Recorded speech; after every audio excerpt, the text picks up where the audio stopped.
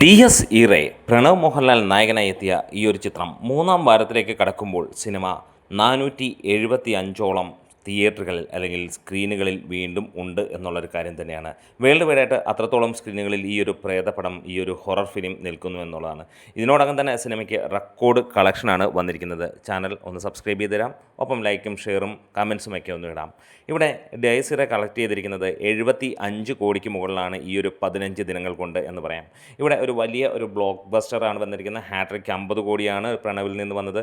വീണ്ടും ഒരു 75 കോടിയിലേക്ക് എത്തുമ്പോൾ ഈ ഒരു സിനിമ എക്സ്പീരിയൻസ് ചെയ്യുന്നത് അമ്മാതിരി ഒരു ഫീൽ തന്നെയാണ്.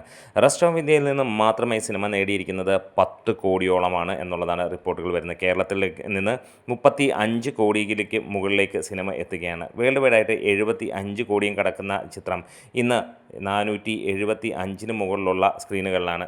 ഈ ഒരു സിനിമ അങ്ങനെ തന്നെയാണ് നമുക്ക് കാണാൻ കഴിയുന്നത്. വേറെ ഒന്നുമല്ല, ഒരു ഹൊറർ മൂവിക്ക് വേണ്ട എല്ലാ ചേരുവകളും അത് അത്ര കോമ്പാക്റ്റായിട്ട് തന്നെ ചെയ്തിരിക്കുന്ന ഒരു വർക്ക് എന്ന് തന്നെ പറയാം.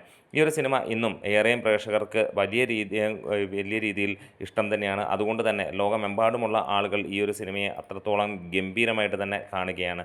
ഇന്നും സിനിമയ്ക്ക് 30 ലക്ഷം രൂപയ്ക്ക് മുകളിലുള്ള കളക്ഷൻ ഇതിനോടകം തന്നെ വന്നിരിക്കുന്നു. കഴിഞ്ഞ ദിവസങ്ങളിലെല്ലാം തന്നെ ഏകദേശം 50 ലക്ഷം രൂപയ്ക്ക് മുകളിലായിരുന്നു സിനിമയുടെ വർക്കിംഗ് ഡേയ്സിലെ കളക്ഷൻ തന്നെ. ഇന്നും അതിലേക്ക് എത്തുമെന്നുള്ള പ്രതീക്ഷ തന്നെയാണ്. ട്രാക്കിങ്ങിലൂടെ മാത്രമായി 30 കോടി 37 ലക്ഷം രൂപ കടന്ന ചിത്രം വലിയ താമസമില്ലാതെ 35 കോടി കേരള ബോക്സ് ഓഫീസിൽ നിന്ന് നേടുമെന്നുള്ളതും ഉറപ്പിക്കാം. പ്രണവ് മോഹൻലാലിൻ്റെ അസാമാന്യമായ പെർഫോമൻസ് തന്നെയാണ് ഈ ഒരു സിനിമയെ മുന്നോട്ട് നയിക്കുന്നതും. സിനിമയുടെ ഫൈനൽ കളക്ഷനൊക്കെ എത്ര വരുമെന്നുള്ളത് നിങ്ങൾക്ക് കമൻസോടെ പറയാം. നമ്മുടെ വീഡിയോസ് ഇഷ്ടമായെങ്കിൽ ഒന്ന് സപ്പോർട്ട് ചെയ്ത് തരണം, ഒപ്പം ലൈക്കും ഷെയറും ഒക്കെ ഒന്ന് ചെയ്തു തരാം. ലാൽസ്.